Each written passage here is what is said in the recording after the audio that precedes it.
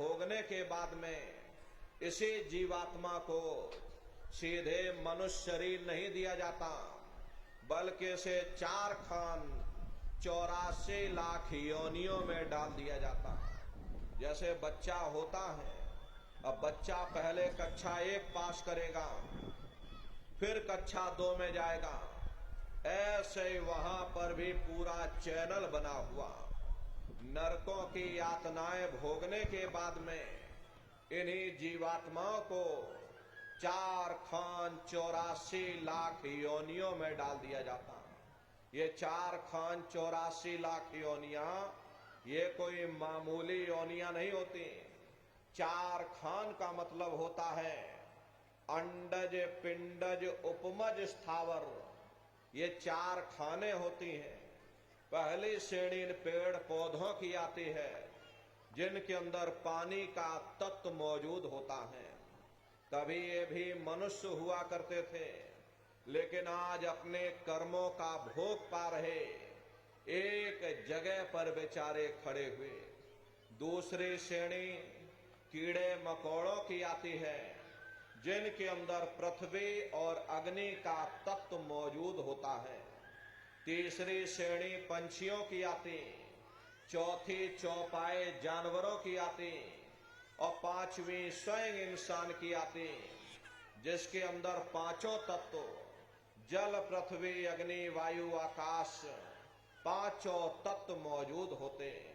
प्रेमी भाई बहनों, ये 4 खाने हैं, इनकी अलग अलग 84 लाख योनियां होती हैं। अब आप पेड़ पौधों को देखिए तो नीम का पेड़ अलग है, पीपल का पेड़ अलग है, छौकर का पेड़ अलग है। ऐसे ही अलग अलग प्रजातियों के कीड़े मकोड़े, अलग अलग प्रजातियों के पशु पंछी, कुल मिलाकर के 84 लाख योनियां हैं। हम दुनिया के जीव नरकों की यातनाओं को भोगने के बाद में इन्हीं 84 लाख योनियों में डाल दिया जाता। मामूली कष्ट नहीं होता। अरे हमको आपको गर्मी लग गई तो हम लोग छाया में आ गए, सर्दी लग गई कंबल रजाई ओढ़ लिया, भूख लग गई रोटी खा ली, बीमार हो गए अस्पतालों में चले गए, अपना अपना इलाज करवा लिया।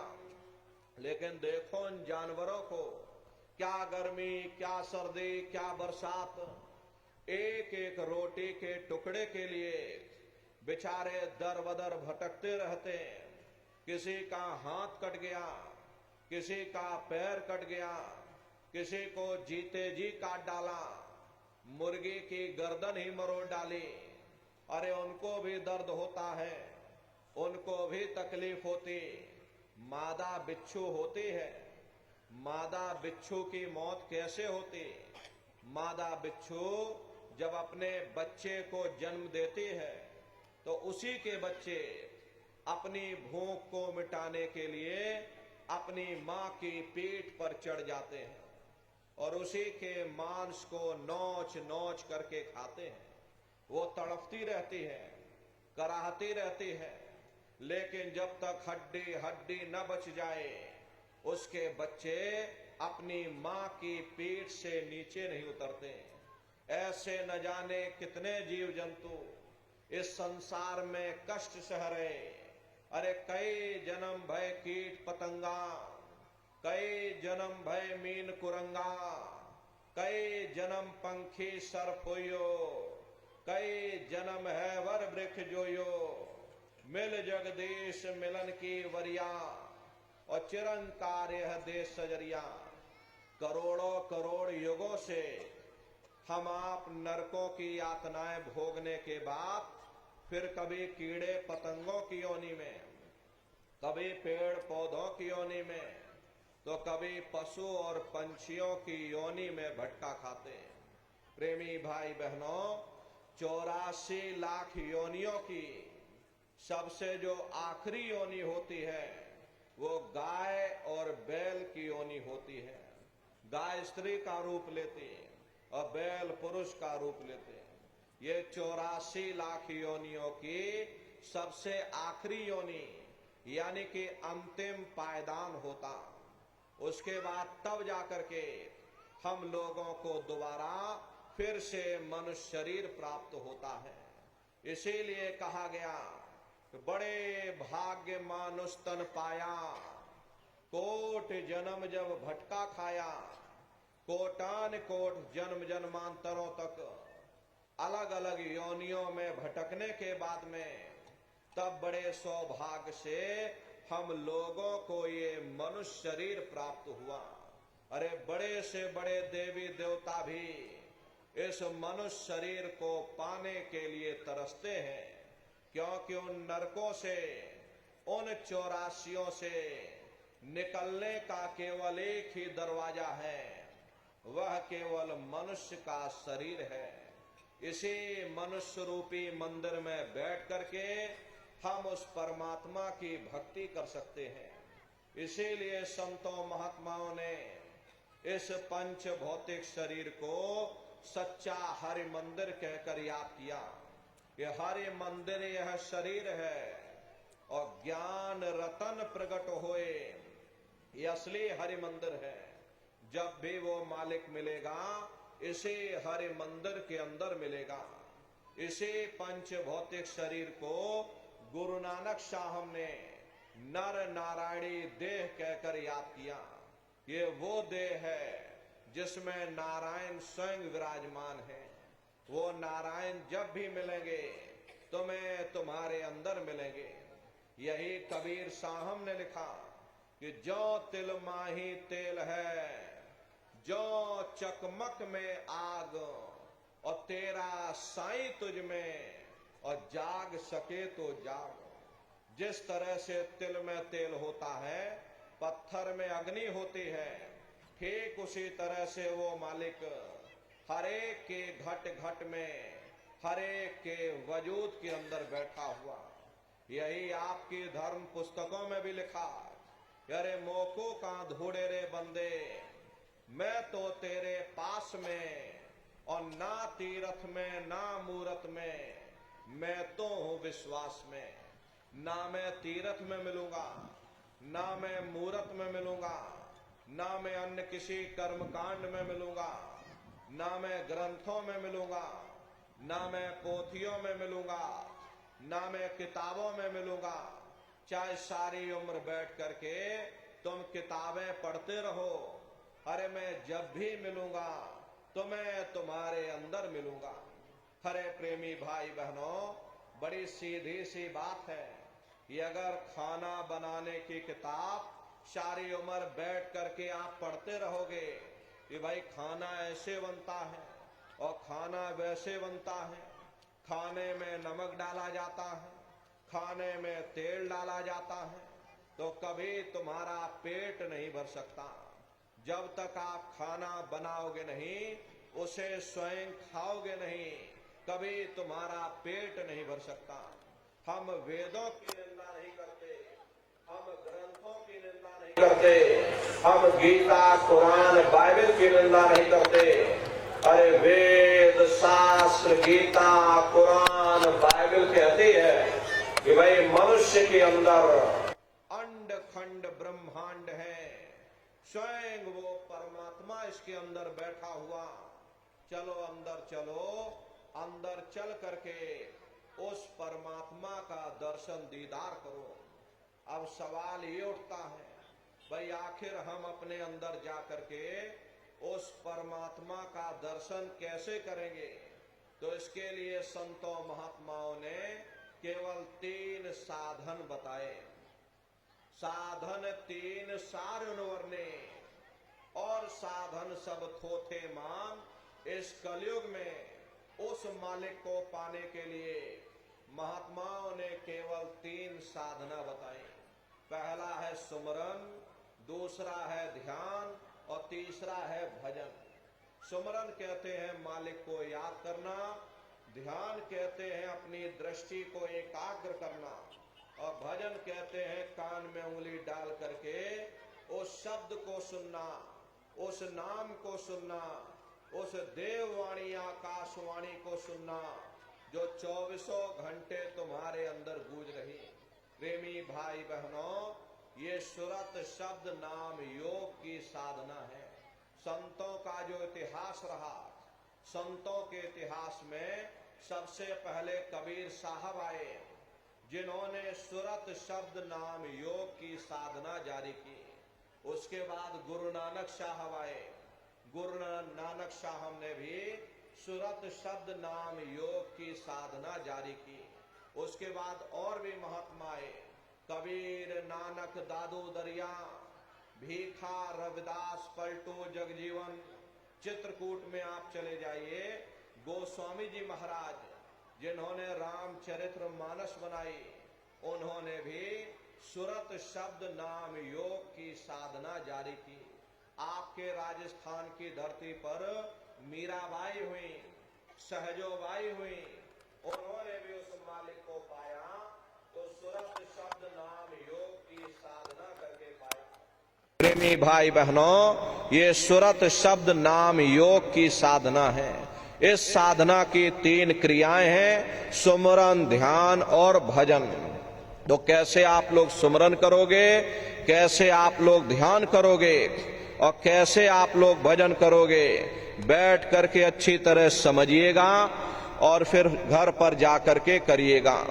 तो सबसे पहले सुमरन कैसे किया जाएगा, सुमरन करने के लिए एक माला आप लोग ले लेना। ये देखिए प्रेमी भाई बहनों, 108 दाने की ये माला है। अपने अपने घरों में बैठ करके बाहर से अपनी आंख को बंद कर देना, दोनों आंखों के मध्य भाग में अपने ध्यान को रोक करके और दाने दाने पर जय गुरुदेव नाम का उच्चारण करिएगा। हर दाने पर जय गुरुदेव नाम, हर दाने पर जय गुरुदेव नाम, जय गुरुदेव, जय गुरुदेव, जय गुरुदेव, कुल 108 बार करिएगा। दोबारा इसी जगह फिर वापस आ जाओगे। जब आप जय गुरुदेव नाम का उच्चारण करोगे तो दोनों आंखों के मध्य भाग में अपने ध्यान को रोक करके और दाने दाने पर जय गुरुदेव नाम का उच्चारण करिएगा। जिसको आप याद कर रहे हो, एक समय ऐसा आएगा वो अंतर में तुम्हारे सामने प्रकट हो जाएगा। उसके स्वरूप को देख लेना, फिर उसी के स्वरूप को याद करके जय गुरुदेव नाम का सुमरन सभी नए प्रेमी भाई बहन करिएगा। दूसरी बार फिर यहीं से जय गुरुदेव नाम का सुमरन, तीसरी बार फिर यहीं से जय गुरुदेव नाम का सुमरन। इस तरह से कुल 8 बार जय गुरुदेव नाम का सुमरन सभी नए प्रेमी भाई बहन करिएगा। 8 बार करने के बाद ये माला आप रख देना। प्रेमी भाई बहनों, ये जय गुरुदेव नाम किसी साधारण इंसान का नाम नहीं, ये स्वयं उस अनामी महाप्रभु का नाम है। समय समय पर संत महात्मा अपने अपने समय पर आकर के उस मालिक के नाम को अपनी साधना के द्वारा सिद्ध करते हैं, अपनी साधना के द्वारा जगाते हैं। जैसे कबीर साहब आए, उन्होंने साहिब नाम सिद्ध किया। गुरु नानक साहब आए, उन्होंने वाहे गुरु नाम सिद्ध किया। गोस्वामी जी महाराज आए, उन्होंने राम नाम सिद्ध किया। मीराबाई आई तो उन्होंने गिरधर नाम सिद्ध किया। इसी तरह से हमारे गुरु महाराज जय गुरुदेव नाम सिद्ध करके गए।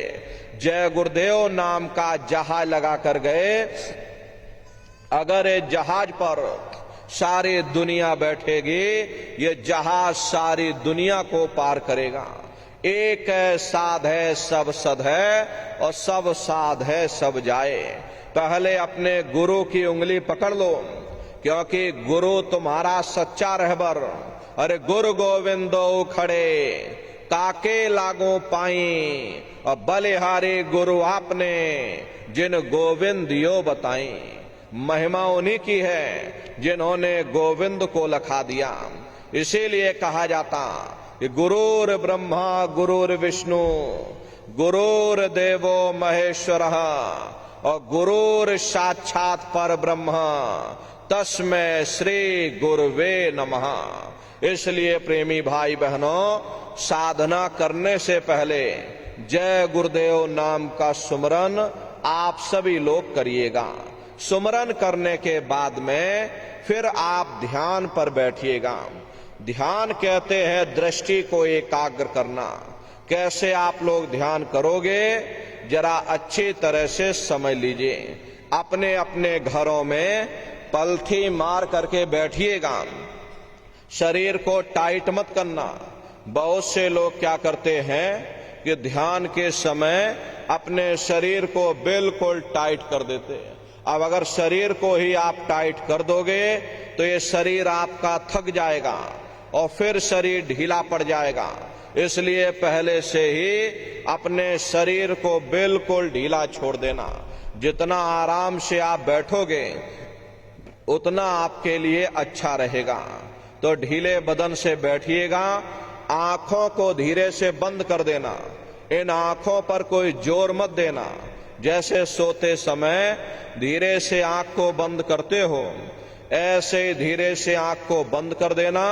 दोनों आंखों के मध्य भाग में दूर सामने अंतर में देखिएगा। अंतर में आपको अंधेरा दिखाई पड़ेगा।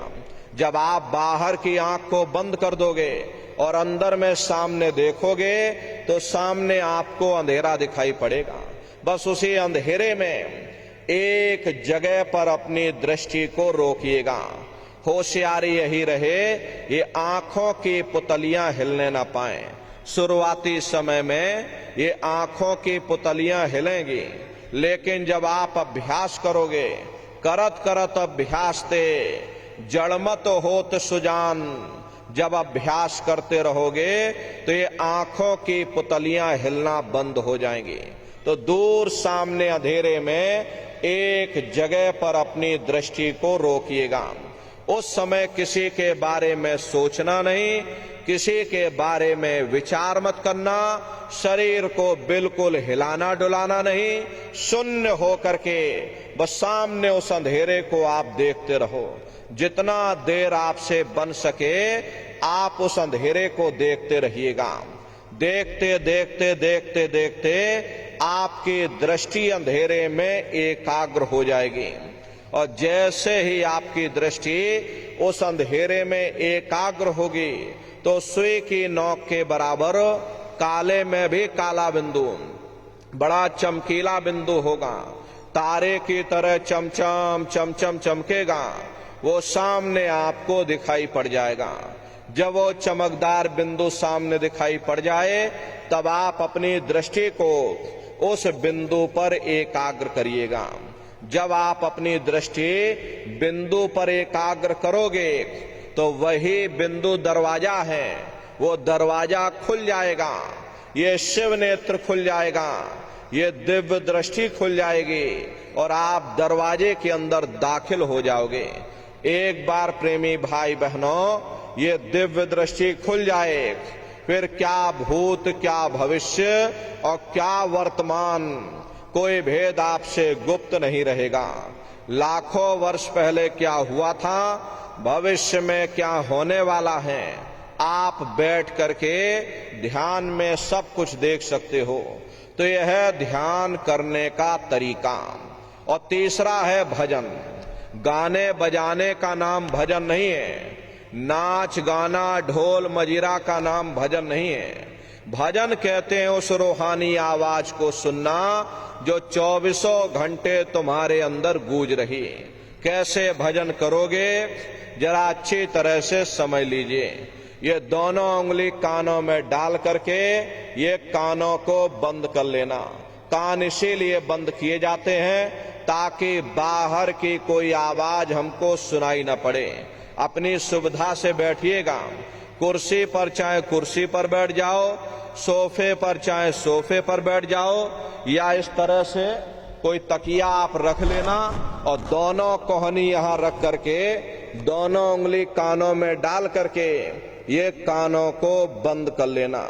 बहुत सी हमारी माताएं बहनें हैं, बूढ़े बुजुर्ग हैं, आपके घुटनों में दर्द होता है, रीढ़ की हड्डी में दर्द होता, आप बैठ करके भजन नहीं कर पाते हो तो आप लेट करके भजन करिएगा।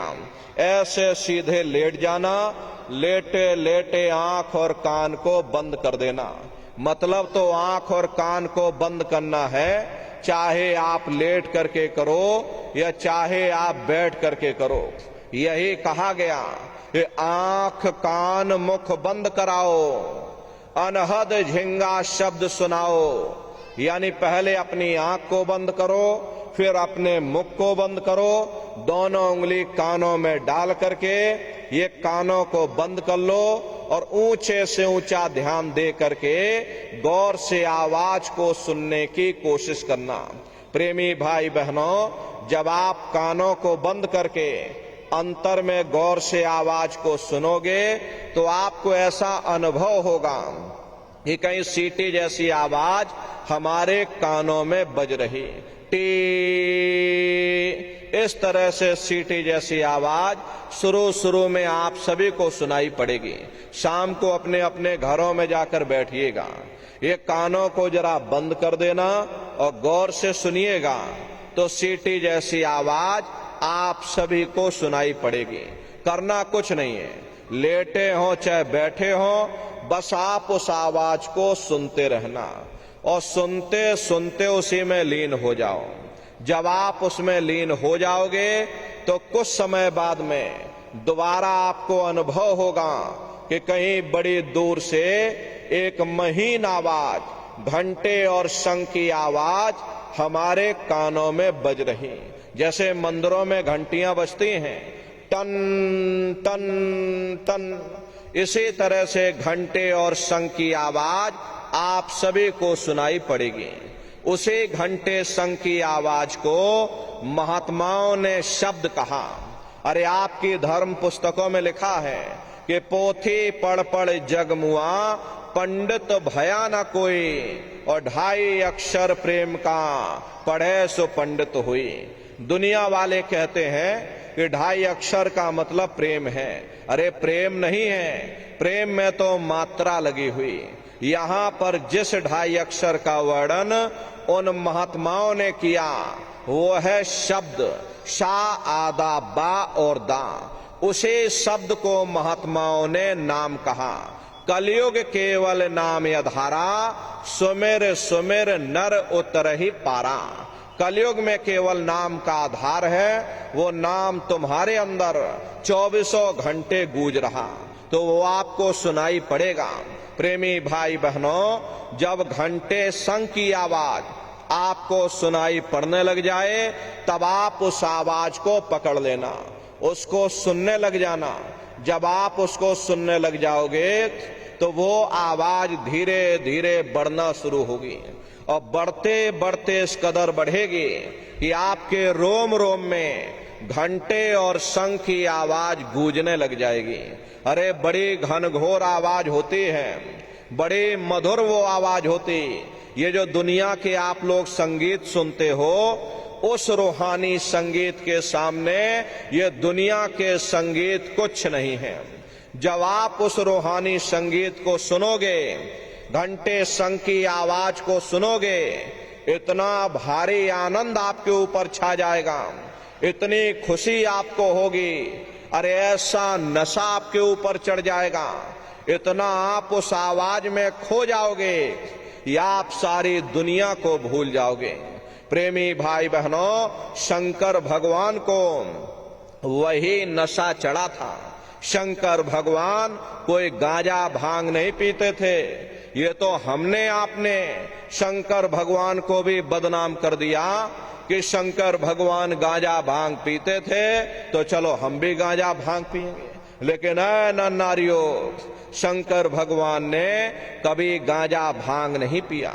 शंकर भगवान जिस नशे में लीन रहते थे वो नाम का नशा था, वो शब्द का नशा था, वो ध्यान का नशा था, वो भक्ति का नशा था। जब आप उस आवाज को सुनोगे तो आपको भी वो नशा चढ़ जाएगा, क्योंकि उस आवाज में चुंबक है।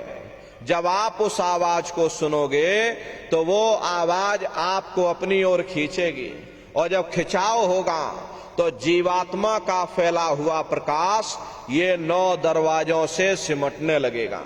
अब ये 9 दरवाजे कौन कौन से हैं? देखो प्रेमी भाई बहनों, अच्छी तरह समझिएगा। अरे बहुत बड़ा विज्ञान है। दुनिया का विज्ञान जब समाप्त हो जाएगा तो ये विज्ञान प्रारंभ होगा। तो 9 दरवाजे कौन कौन से हैं? 2 आंख, 2 कान, 2 नाक के सुराख, 1 मुंह और 2 मलमूत्र का रास्ता। ये शरीर के 9 दरवाजे हैं। सबसे पहला दरवाजा गुदा चक्र आता है। गुदा चक्र में गणेश जी वास करते हैं। गणेश जी वहां के मालिक हैं। ये 4 दल का कवल है। यहाँ पर पृथ्वी तत्व पाया जाता। उसके ऊपर इंद्रिय चक्र आता है। इंद्रिय चक्र में ब्रह्मा जी वास करते हैं। ये 6 दल का कवल है। यहाँ पर जल तत्व पाया जाता। उसके ऊपर ये नाभि चक्र आता है। नाभि चक्र में विष्णु जी वास करते हैं। ये 8 दल का कवल है। यहाँ पर अग्नि तत्व पाया जाता है। उसके ऊपर ये हृदय चक्र आता है। हृदय चक्र में शिव जी वास करते हैं। ये 12 दल का कवल है। यहाँ पर वायु तत्व पाया जाता। हरे वास तो वो ऊपरी मंडलों में करते हैं, लेकिन उनका प्रकाश, उनकी किरणें इन चक्रों पर पड़ती हैं। उसी के ऊपर एक कंठ चक्र आता है। यहाँ पर आद्या महाशक्ति की किरणें पड़ती हैं। ये 16 दल का कवल है।